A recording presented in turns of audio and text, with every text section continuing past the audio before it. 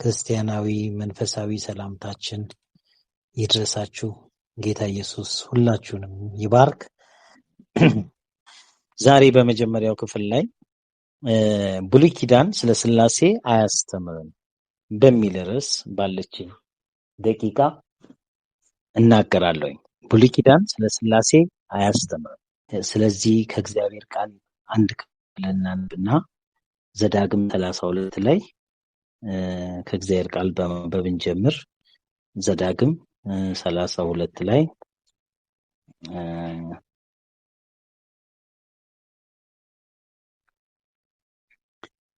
እንደዚህ ይላል።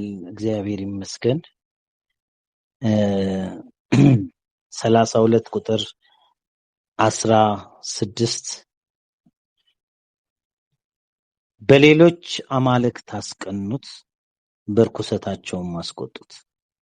እግዚአብሔር ላልሆኑ አጋንንት፣ ለማያውቋቸው አማልክት፣ በቅርብ ጊዜ ለተነሱ ለአዳዲሶች፣ አባቶቻቸው ላልፈሯቸው አማልክት ሰው።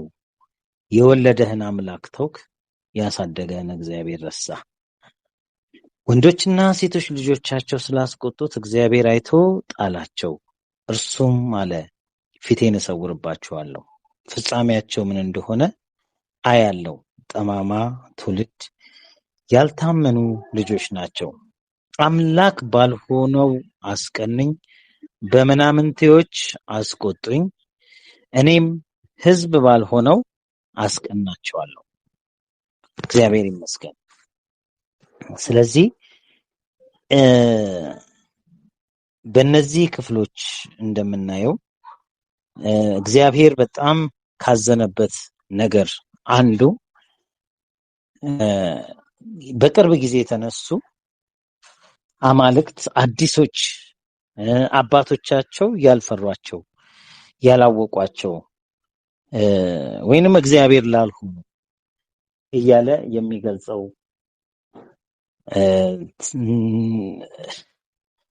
ቃላቶችን አተኩረን እንድናይ ነው የፈለኩትና ዛሬ በመጀመሪያው ክፍል ላይ ብሉይ ኪዳን ስለ ሥላሴ አያስተምርም በሚል ርዕስ ባለች ደቂቃ እናገራለሁ። ብሉይ ኪዳን ስለ ሥላሴ አያስተምርም ማለት ምን ማለት ነው? አባቶችና ነቢያት ሥላሴን አያውቁትም ማለት ነው። የቃል ኪዳን ሕዝብ ሥላሴን አያውቀውም ማለት ነው። ወይንም ደግሞ 39ኙ የብሉይ ኪዳን መጽሐፍት ሥላሴን አያውቁትም ማለት ነው። ይህን በደንብ አብራርተን ስናየው የሙሴ የታሪክ የመዝሙራትና ነቢያትም ካልን የታላላቆችም ሆነ ታናናሾቹ ነቢያት ትምህርተ ሥላሴን በስም ብቻ ሳይሆን በአስተምሮ ደረጃ ራሱ በመጽሐፍ ቅዱስ ላይ አላሰፈሩትም። ትምህርተ ሥላሴ የሚባል አምልኮትም ወይንም ደግሞ መረዳትም አልነበራቸውም። በጥቅሉ በአባቶቻችን ዘመን በብሉይ ኪዳን እግዚአብሔር ሥላሴ ተብሎ ወይንም ሥላሴ ሊወክል የሚችለው የሶስትነት እና የአንድነት ትምህርት እንዳልነበረ በእግዚአብሔር ቃል ላይ እናስተውላለን ማለት ነው።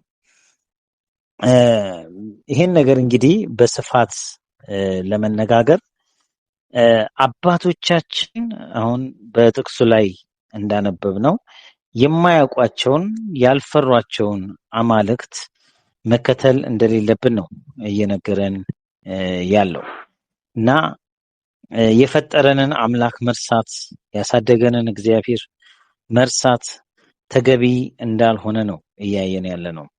ስለዚህ ወገኖች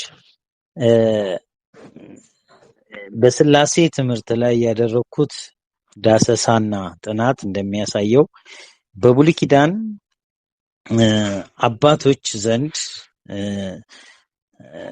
ዋና ዋና አባቶች የሚባሉት አብርሃም፣ ይስሐቅና ያዕቆብ ትምህርተ ሥላሴ የሚባለው ትምህርት ብቻ ሳይሆን አምልኮትና ዝርዝር ነገሩን አሁን እኛ በምንሰማቸው ከተለያዩ ስህተት ትምህርቶች ከምናደምጣቸው ጋር ምንም አይነት ትውውቅ እንዳልነበራቸው ስናይ እግዚአብሔር ለአብርሃም ለይስሐቅና ለያዕቆብ የተገለጠው ሁሉን እንደሚችል አምላክ እንደሆነ እናስተውላለን።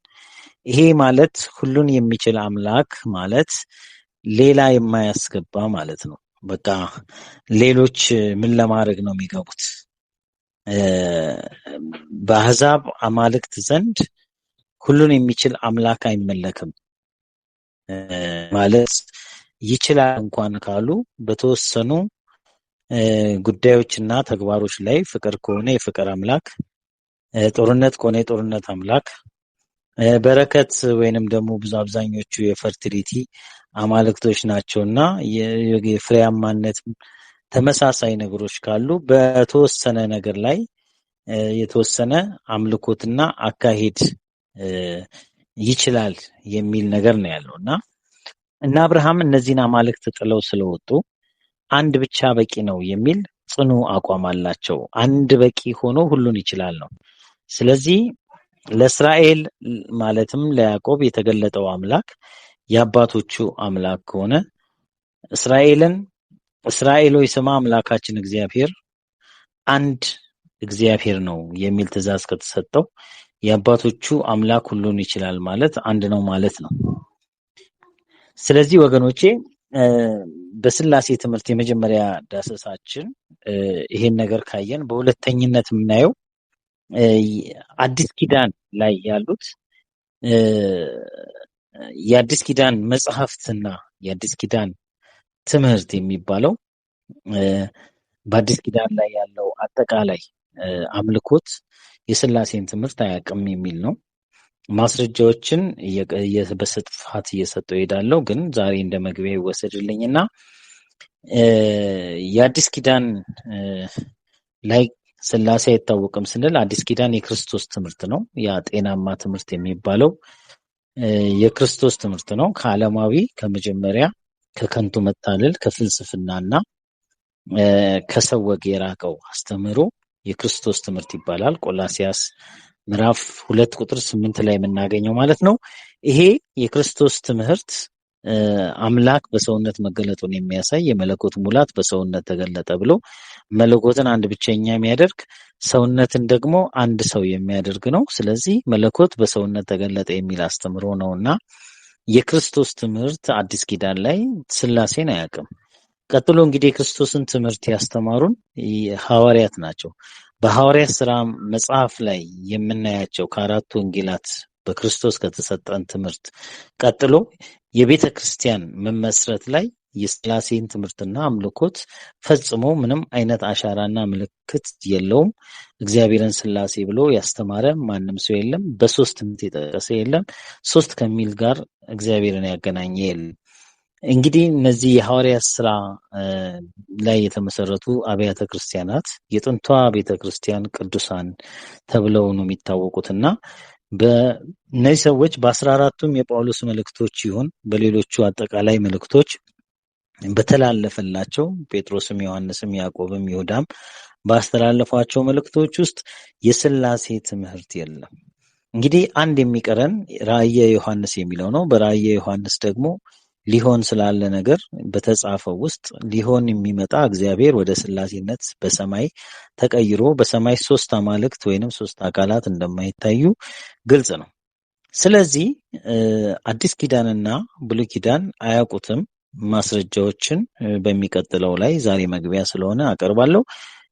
ሰፊ ማስረጃዎች እዚህ ላይ ትንተናዎች ስላሉ ታዲያ ምንጩ ምንድን ነው ከተባለ የብዝሃ አማልክት አምልኮ ነው ምንጩ። ፖሊቲዝም ከሚባለው ከብዝሃ አማልክት አምልኮ የዚህ ባለቤቶች ደግሞ በዋነኝነት አረማውያን የሆኑ ህዝቦች ናቸው። አረማውያን ማለት ከአይሁድና ወይንም ከብሉይ ኪዳኑ ስነ መለኮትና ከአዲስ ኪዳኑ ስነ መለኮት ውጭ የሆነው የአህዛብ አስተሳሰብ፣ አመለካከት፣ አምልኮት ነውና ያ ነው ትርጉሙ። የአረማውያን ልማድና ውርስ ነው ማለት ነው ስላሴ።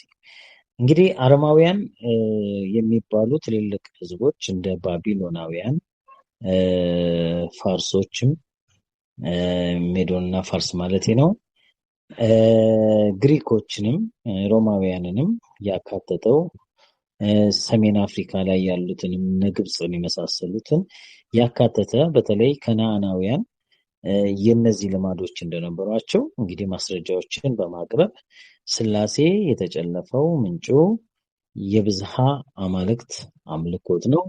ያ የብዝሃት አምልኮ የብዝሃ አማልክት አምልኮት ደግሞ የአረማውያን ልማድና ውርስ ነው።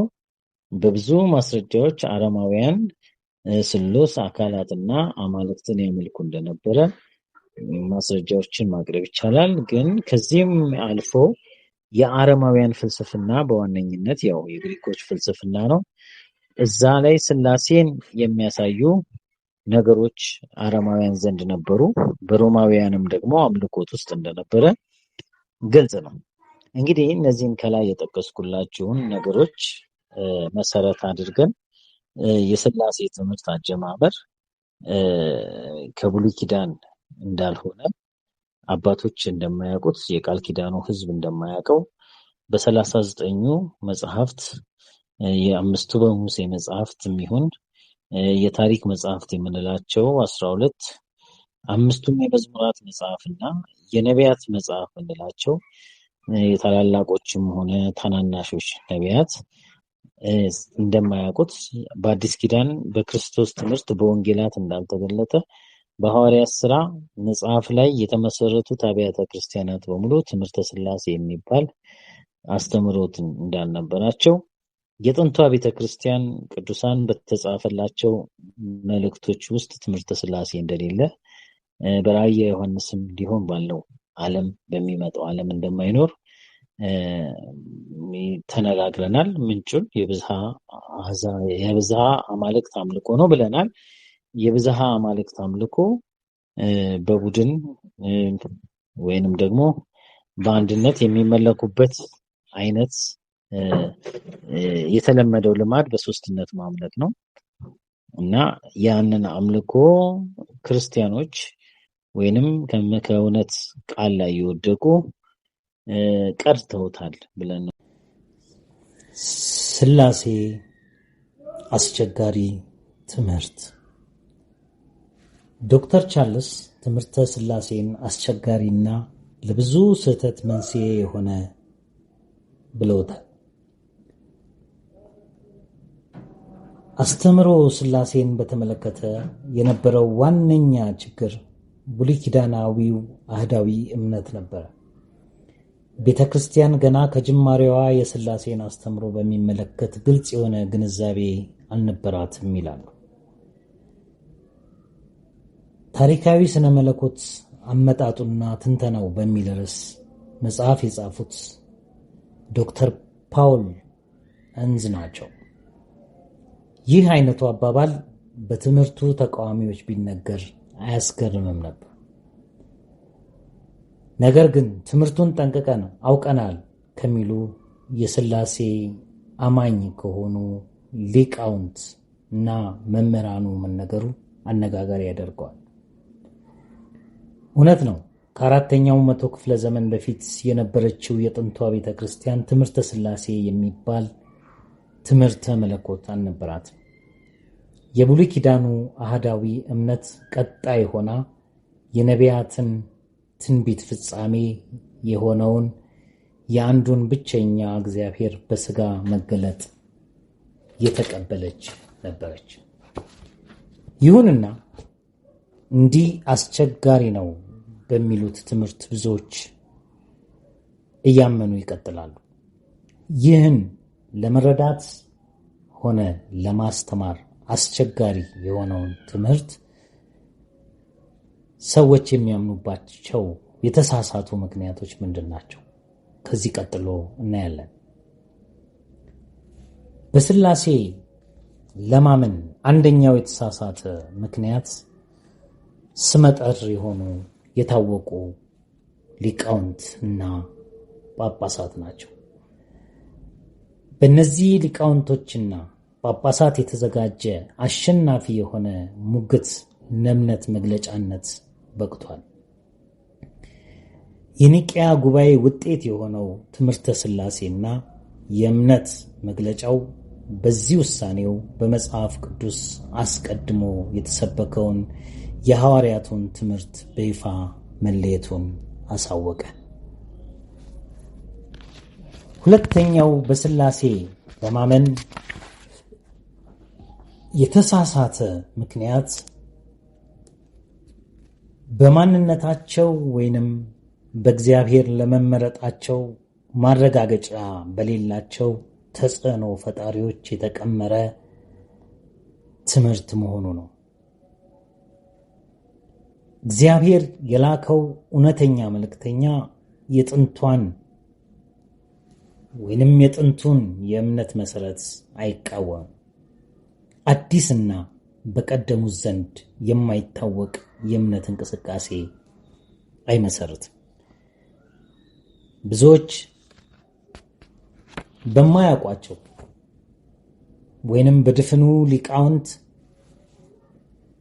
አዋቂዎች የተባሉ ሰዎች የተደረሰ ነገር እውነተኛ እንደሆነ ይገምታሉ። በሥላሴ ለማመን ሶስተኛው የተሳሳተ ምክንያት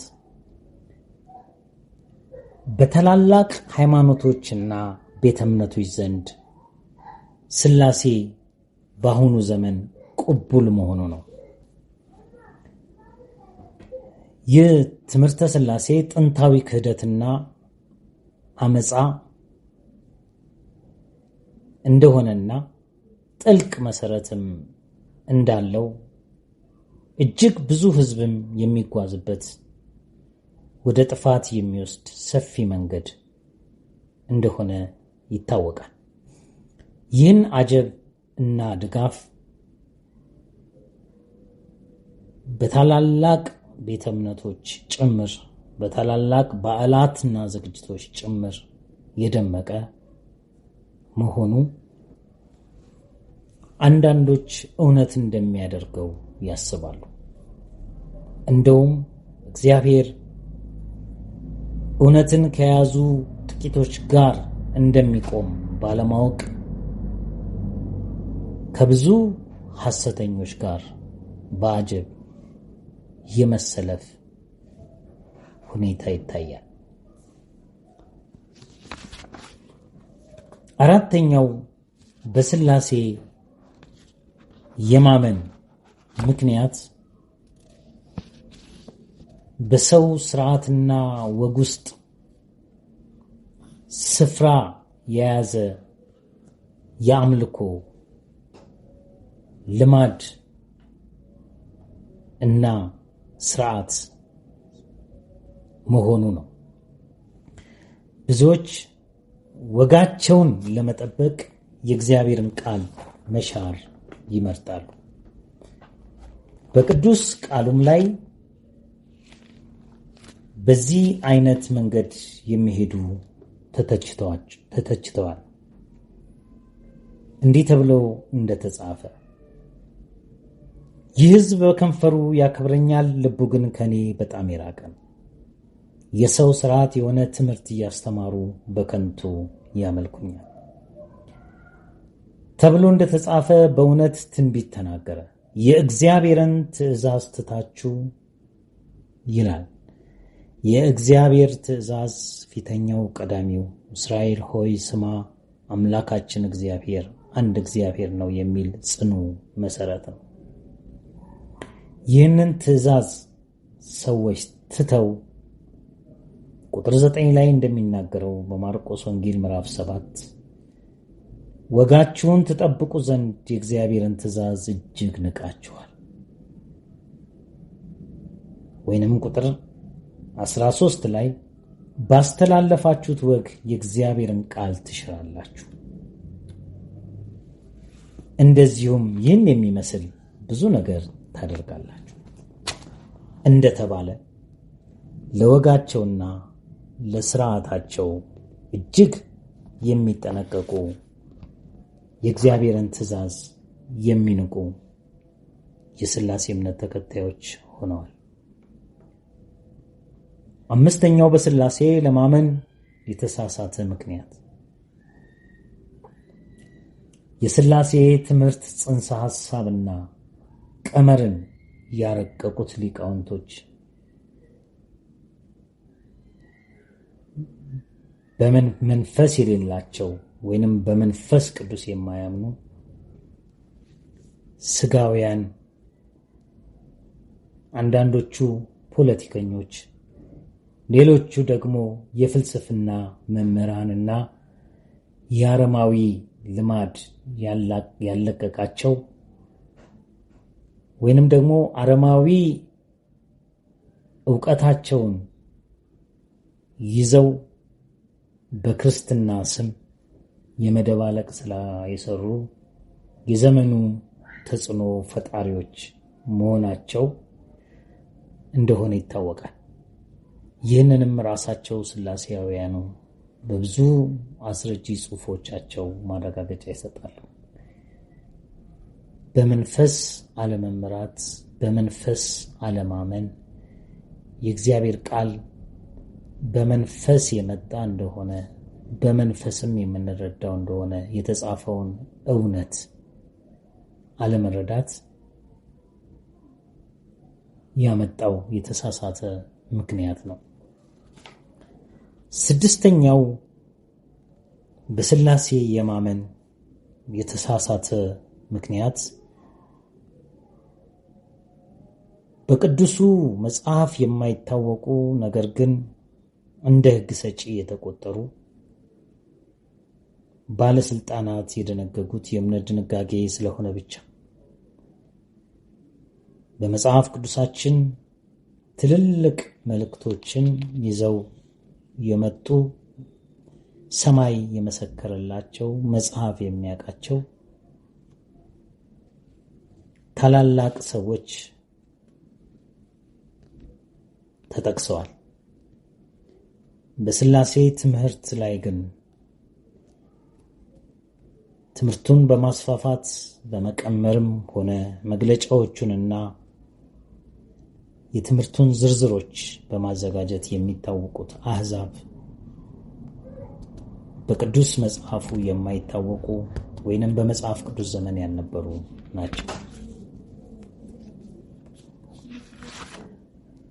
በሥላሴ ለማመን ሰባተኛ የተሳሳተ ምክንያት ሥላሴን ሰው እንዳይመረምረው ባለመታወቅ ወይንም ሚስጥር ነው በሚል ማስፈራሪያ እውነት ወይም ውሸትነቱ እንዳይፈተን የመታገዱ ምክንያት ብዙዎች ሚስጥራዊ የሆነ ነገር፣ የማይመረመር ነገር፣ የማይታወቅ ነገር፣ የማያውቁትን አምላክ ማምለክ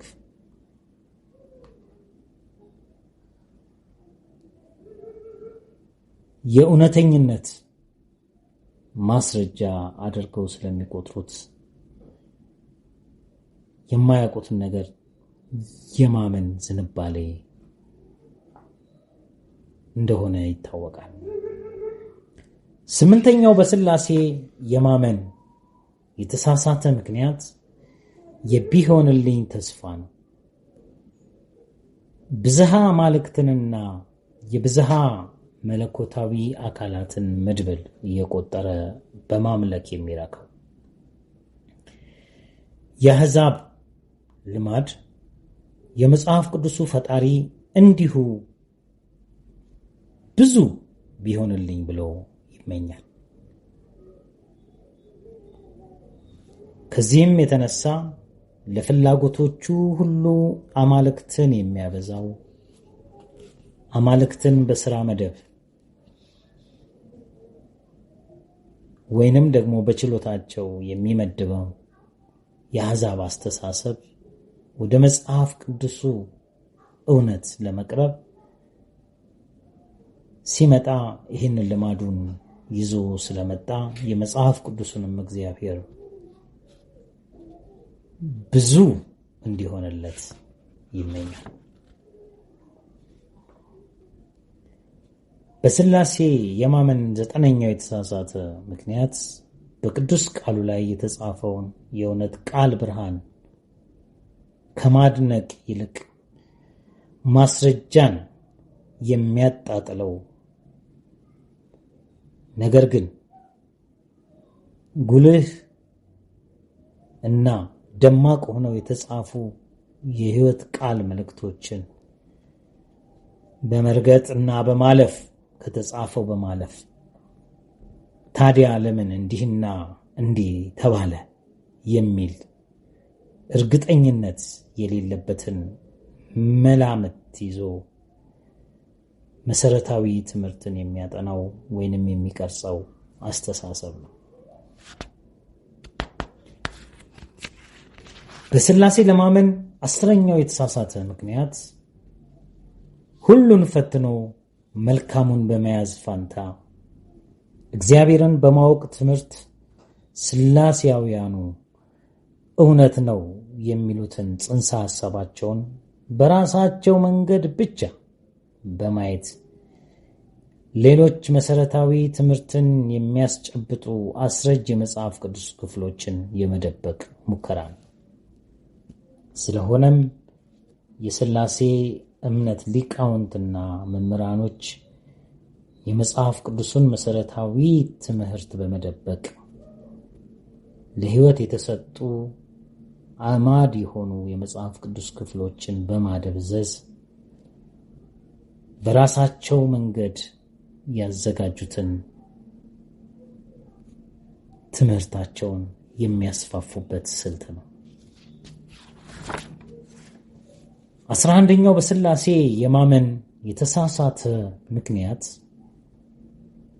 የተደጋገመ ውሸትን እንደ እውነት የመቁጠር ስህተት ሲሆን ትምህርተ ሥላሴ የብዙ ቤተ እምነቶች የጋራ ትምህርት ስለሆነ ብዙዎች ያስተምሩታል።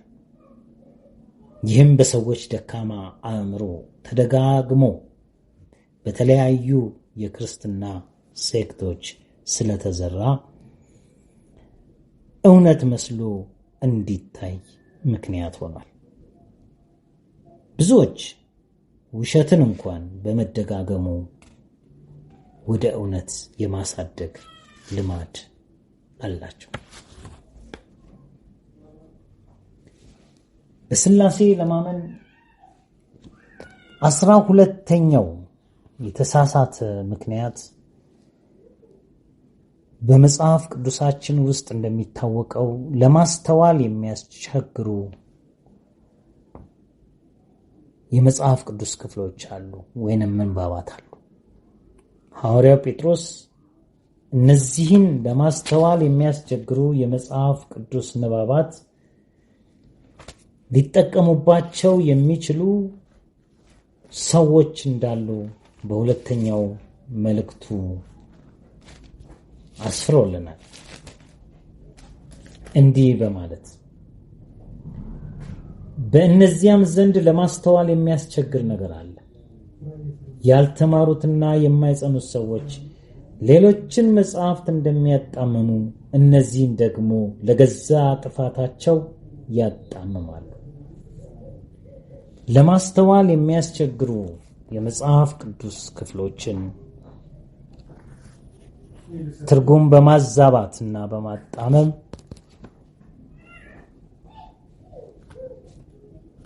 መልእክታቸውን በመቀየር ጭምር ለሥላሴ ትምህርት አስረጂ እንዲሆኑ አድርጎ የመቁጠር አካሄድ ነው።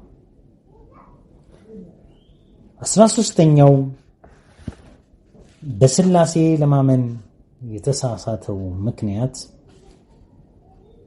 በመጽሐፍ ቅዱስ ላይ ጭማሪ ማድረግና የተሳሳቱ የመጽሐፍ ቅዱስ ትርጉሞችን ወይንም የትርጉም ስራዎችን መጠቀም። እነዚህ ጭማሪዎች የተደረጉትና የተሳሳቱ የመጽሐፍ ቅዱስ ትርጉሞች የተዘጋጁት በደፋር ጳጳሳትና በሊቃውንቶቻቸው እንደሆነ ይታወቃል። በእነዚህ ሊቃውንቶች እገዛ በቅዱስ ቃሉ ላይ የተደረጉ የድፍረት ጭማሪዎች አንዱ ማሳያ በአንደኛ ዮሐንስ 5:7 ላይ አስቀድሞ በነበሩ መጽሐፍቶች ላይ ወይንም የትርጉም ስራዎች ላይ የተደረገ የድፍረት ጭማሪ ነው።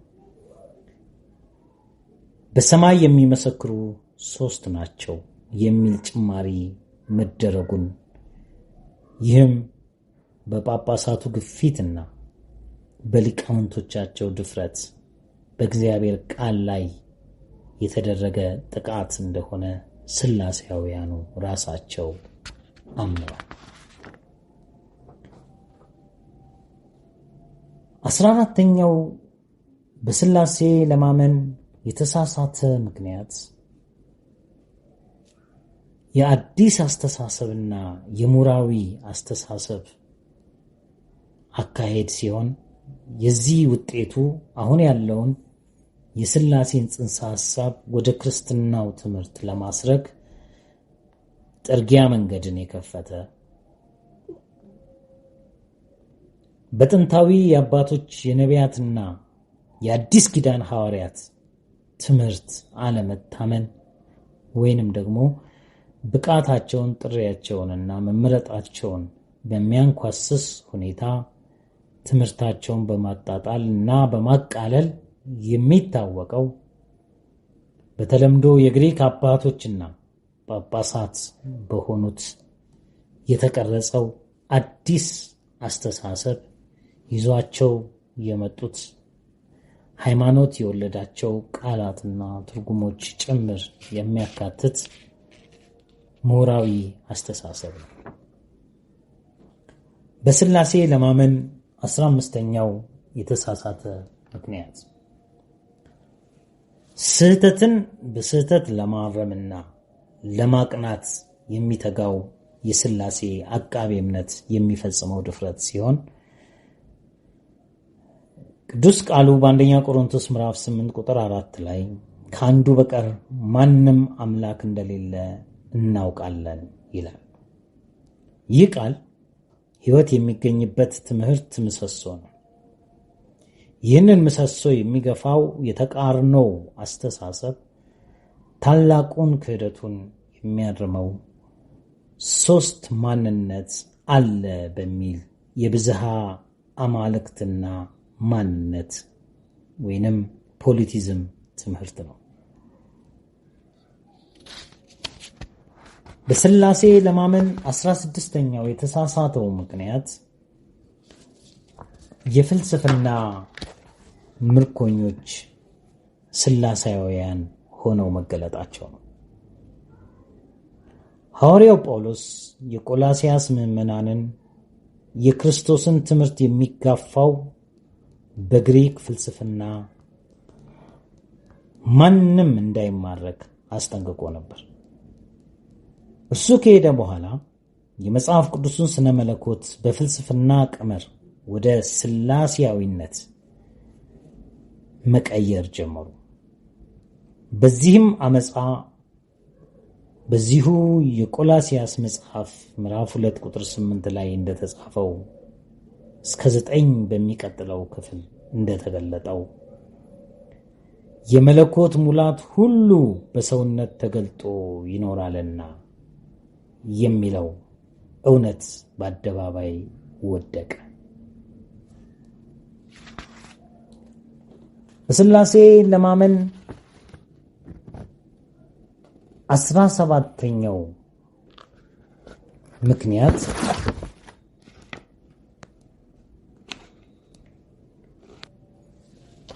በሁለት ሐሳብ ማነከስ ነው። ይህ 17ኛው የተሳሳተ ምክንያት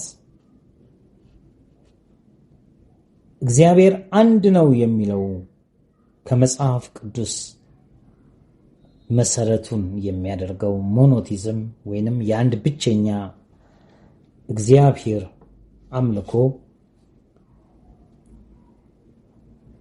ሌሎች 3 ራሳቸውን የቻሉ እግዚአብሔር በሚባሉ ብዙ አካላት ወይንም 3 መለኮታውያን አሉ በሚል ጽንሰ ሐሳብ ወይንም ደግሞ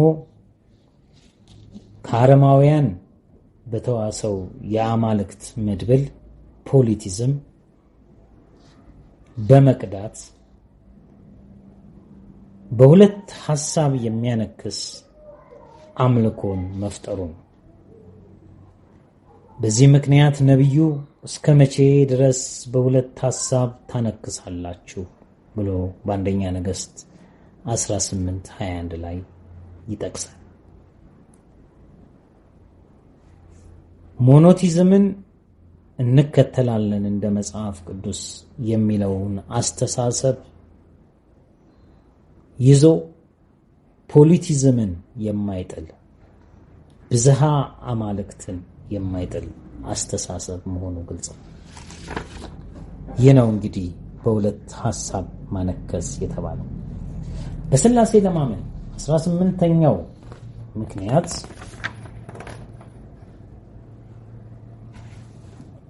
ብዙዎች የሥላሴ ትምህርት ምሁራን እውነተኛ ምስክሮችን በማጥቃት ያምናሉ። እውነተኛ ምስክሮች በሥላሴ አስተማሪዎች ተገፍተዋል፣ ተሰደዋል፣ ተገለዋል። ከፍተኛ ስም ማጥፋት ዘመቻ እስከዛሬ ድረስ እየተከፈተባቸውም ይገኛል። ከቀድሞቹ የሥላሴ መምህራን እስካሁን የትምህርቱ ተከራካሪዎች ድረስ ይህ ነገር የቀጠለ ነው። ይህ የአንድ ብቸኛው አምላክ የሆነው የእግዚአብሔር እውነትን ወይንም ትምህርትን የሚሰብኩትን እየመረጡ ጥላሸት የመቀባት ልማድ ነው። የዚህ ጥቃት ዋና ዓላማው ጽኑ የሆኑትን የትምህርቱን ማስረጃዎች መቋቋም ሲሳናቸው ምስክሮቹን በማጥቃት የትኩረት አቅጣጫውን ማስቀየር የሚል ስሌት ነው። በዚህም የአንድ አምላክን በሥጋ መገለጥ የሚሰብኩ ክርስቲያኖች በማይወክላቸው የስም ማጥፋት ዘመቻ ውስጥ ስድብን እየጠገቡ የማገልገል ሸክም ውስጥ ያልፋሉ። በእውነት ክርስቶስን እየመሰሉ የሚወዱ የእውነት ምስክሮች ይሰደዳሉ፣ ይነቀፋሉ።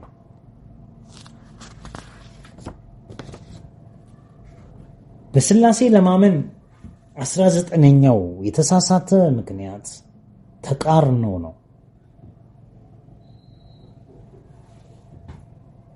ሥላሴያውያን በትምህርታቸው ተቃርኖን በማብዛት ይታወቃሉ። ወይንም እርስ በርሱ የማይሄድና ሊገጥም የማይችል ንግግሮችን በመናገር ይታወቃሉ። እንደሚታወቀው የሥላሴ ትምህርት መሰረተ ሐሳብ ሶስትነት ነው። ይህን ሶስትነት በህብረት የማመን ትምህርት እንደሆነ ይታወቃል።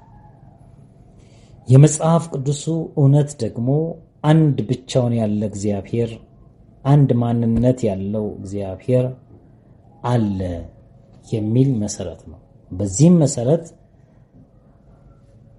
ተቃርኖ ከመጽሐፍ ቅዱሳዊው እውነት ጋር ትራይ ዩኒቲ የሚለውን ጽንሰ ሐሳብ ከመጽሐፍ ቅዱሱ ኦንሊ ዋን ጋድ የሚለው አንድ ብቸኛ አምላክ የሚለው አስተሳሰብ ጋር አብሮ ለማስኬድ በሚደረግ ጥረት የሚሆን ስህተት ነው።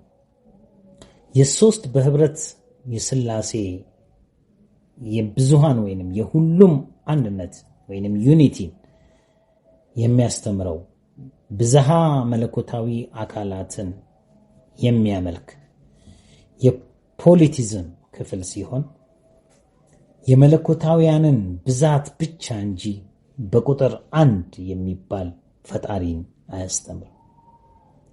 ይህ ትልቅ ተቃርኖ ነው። የመጽሐፍ ቅዱስ የአባቶች የነቢያትና የሐዋርያት ሕይወት የሚገኝበት ትምህርት አንድ ብቻውን የሆነ ሌላ ወይንም ሌሎች የሌሉበትን በሥጋ የተገለጠ እግዚአብሔርን ያስተምራል።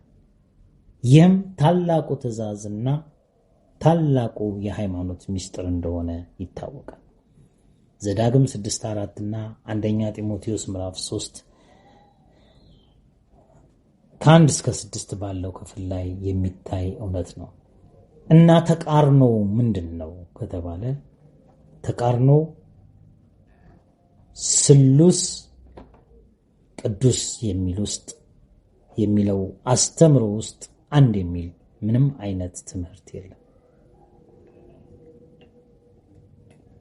ይህንን የመጽሐፍ ቅዱስ እውነት ጋር ለማምጣት ተቃርኖ ውስጥ ይገባሉ የሚል ነው። መልካም። በሥላሴ ለማመን 20ኛው የተሳሳተ ምክንያት የተሳሳተ ሐሳብ የሞላባቸው መከራከሪያዎች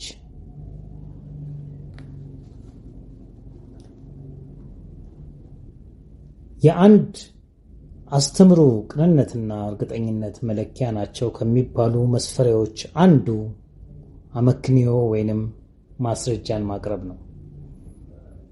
በትምህርተ ሥላሴ ዙሪያ የሚሰነዘሩ አስረጅ ተብዬ መከራከሪያዎች እርስ በርሳቸው የሚቃረኑ፣ ወጥነት የሌላቸው፣ ጠማማና ዘወርዋራ ንግግሮች ናቸው።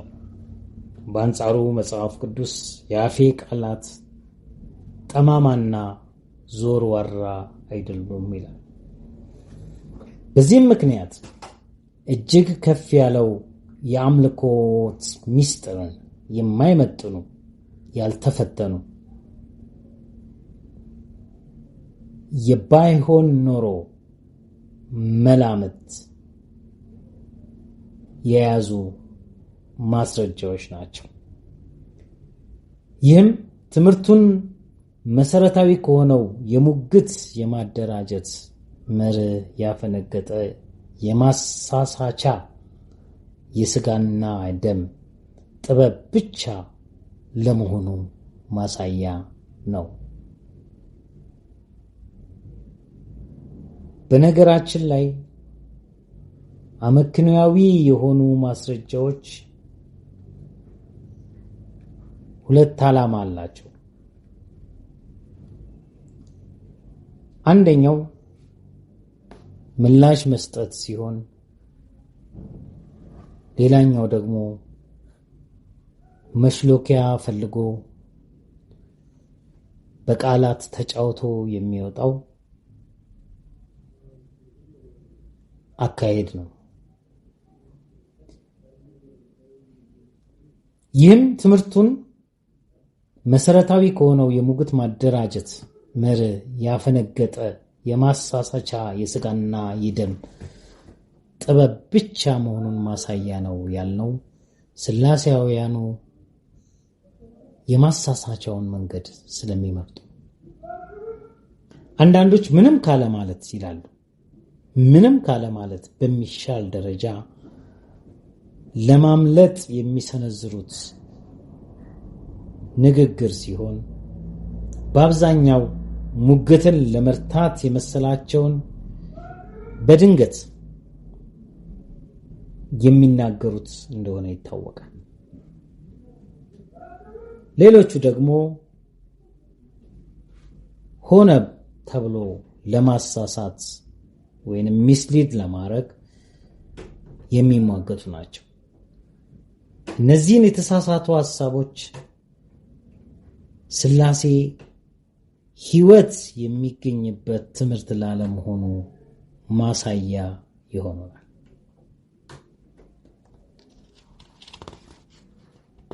በሥላሴ ለማመን 21ኛው የተሳሳተ ምክንያት የማስረጃ ሸክምን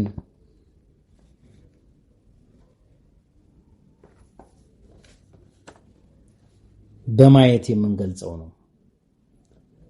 የሥላሴ ትምህርት ሊቃውንቶች በመጽሐፍ ቅዱስ ውስጥ ቀጥተኛ የጥቅስ ውክልና የሌለው ጽንሰ ሐሳባቸውን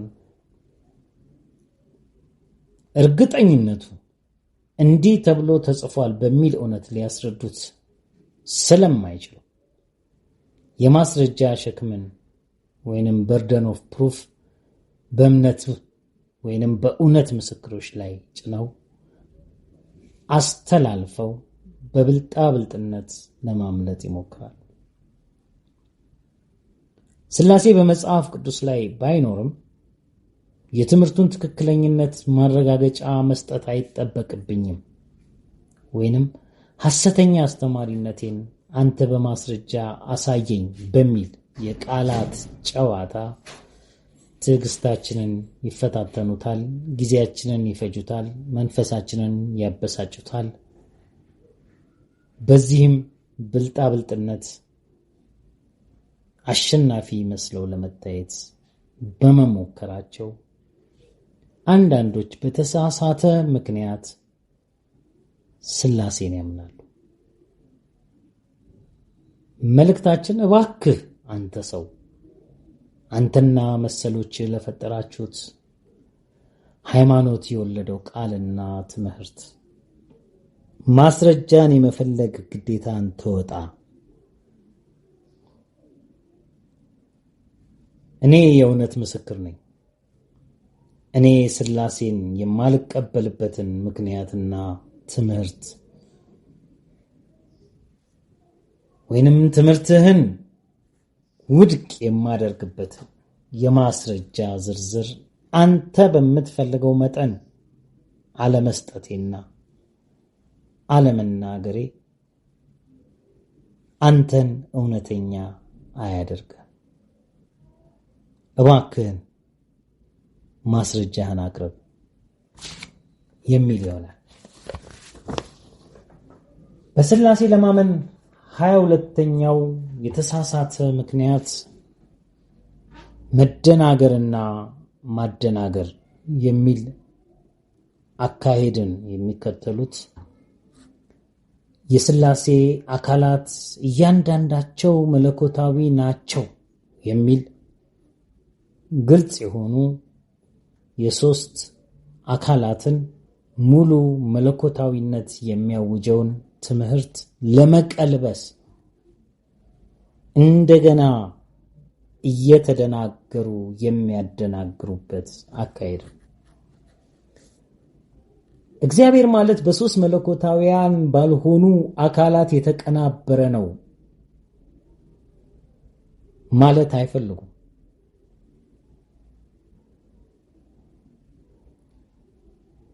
ወይንም ደግሞ ስንጠይቃቸው ሥላሴ ብቻውን መለኮት ነው ስንልም ያለ አካላቱ መመለስን አይፈልጉም። ሥላሴ የሦስት መለኮታዊ አካላት ድምር መለኮት አይደለምም ይሉናል። ነገር ግን በሦስት ማዕዘን የተቀረጸ ምስላቸውን በምልክታቸው ሲደምሩና ሌላ ውህድ የሆነ አራተኛ በሚባል ደረጃ አምላክ የሚል ያሳዩናል። እግዚአብሔር አብ፣ እግዚአብሔር ወልድና እግዚአብሔር መንፈስ ቅዱስ ከሚል ግልጽ ብያኔ ቀጥሎ የሚመጣ ሌላ ሥላሴነት አራተኛ አምላክ እንጂ አሃዱ አምላክ ሊባል አይችልም።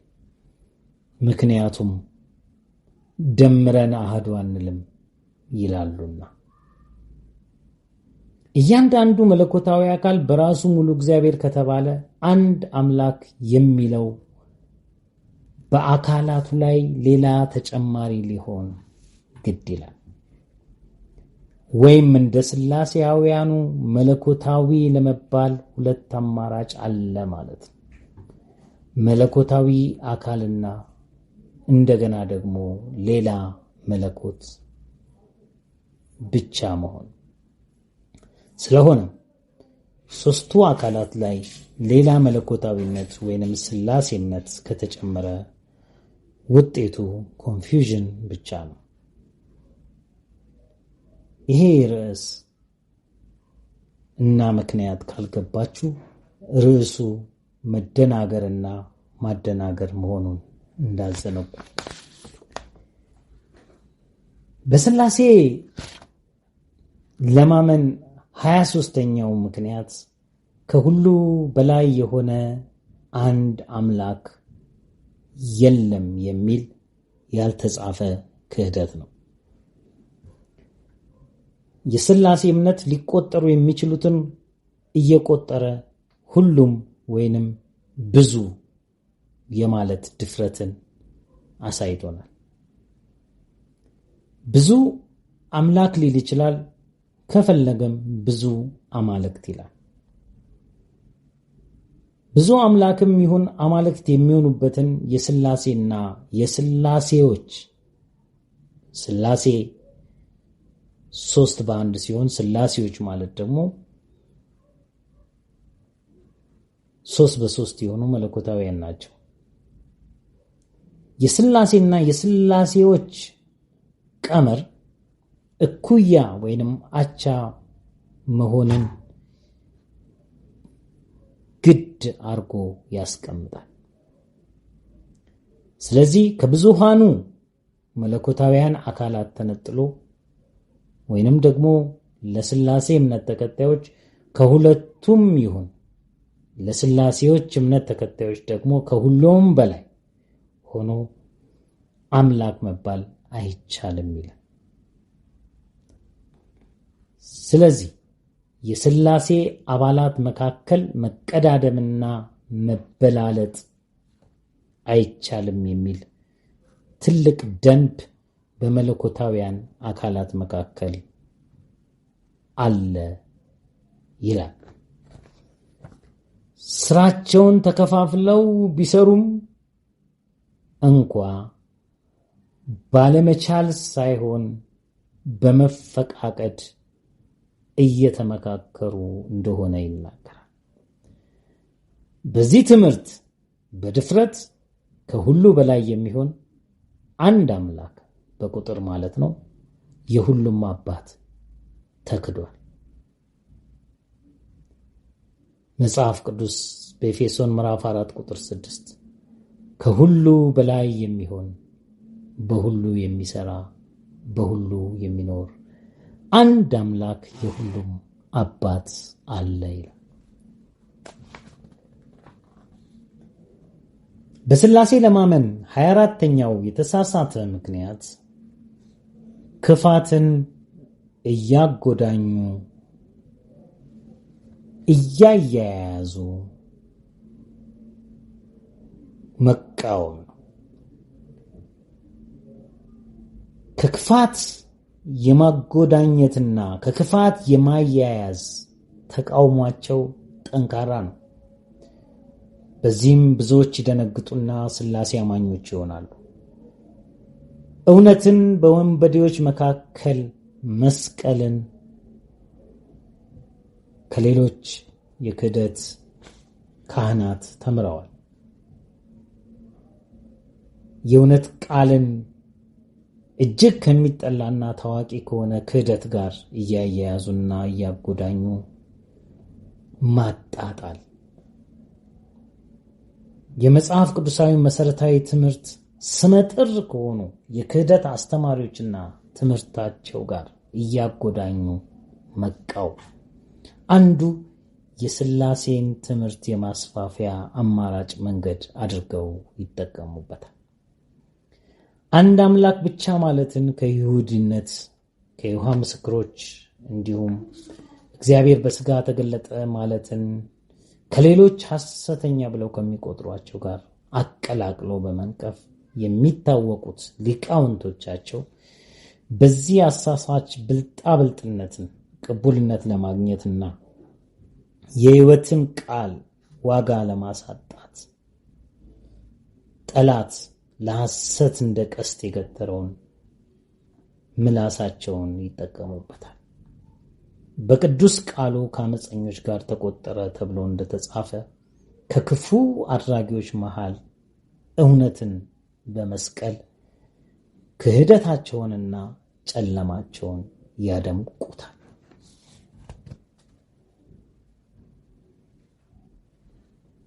ሥላሴን ለማመን 25ኛው የተሳሳተ ምክንያት የማዛባት ስህተት ነው።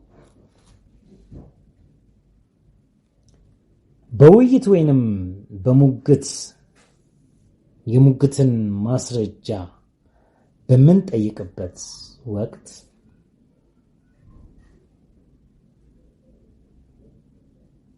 የቃሉን ትርጉም በማዛባት የሐሰተኛ ትምህርትን የማስረጽ አመጽ ነው። ይህንን ሥላሴያውያን በስፋት ተግባራዊ ሲያደርጉት ይታያል። የመጽሐፍ ቅዱስን አንድ ክፍል ከአውዱ እያላቀቁና እያፋቱ ትርጉሙን እንዲቀየርና ሌላ ትምህርትን እንዲያስረዳ የማድረግ ሙከራ ነው። የዚህም የማዛባት ጥበብ የተራቀቁበት ሥላሴያውያኑ ለምሳሌ ኤካድንና ኤሎሂም የመሳሰሉትን የዕብራይስጥ ቃላት ለብዝሃ አማልክት ወይንም ለብዝሃ መለኮታዊ አካላት ማስረጃ ሲያውሉትና ዓይናችሁን ጨፍኑና ላሞኛችሁ ሲሉን ታዝበናል። አንድ ማለት ብዙ ነው፣ አባት ማለት ዘላለማዊ ነው እና አካላዊነትን ትርጉማቸው ተቀይሮ ለሥላሴ ትምህርት አመቺ የሚሆኑበት በዚህ አይነት መልኩ በአዲስ አስተሳሰብ ተተክተው ውጤታማ ስራ እየሰሩባቸው እንደሆነ ያለ እፍረት ይናገራሉ። ይሄ የማዛባት ስህተት ብዙዎችን ወጥመዳቸው ውስጥ ያስገቡበት፣ በሥላሴ ያሳመኑበት ስህተት ነው። የመጨረሻው ለዛሬ ከያዝነው በሥላሴ ለማመን 26ኛው የተሳሳተ ምክንያት በታሪክ ትርክት ድጋፍ እውነትን ማጣጣል ነው። እንደሚታወቀው በታሪክ ምክንያት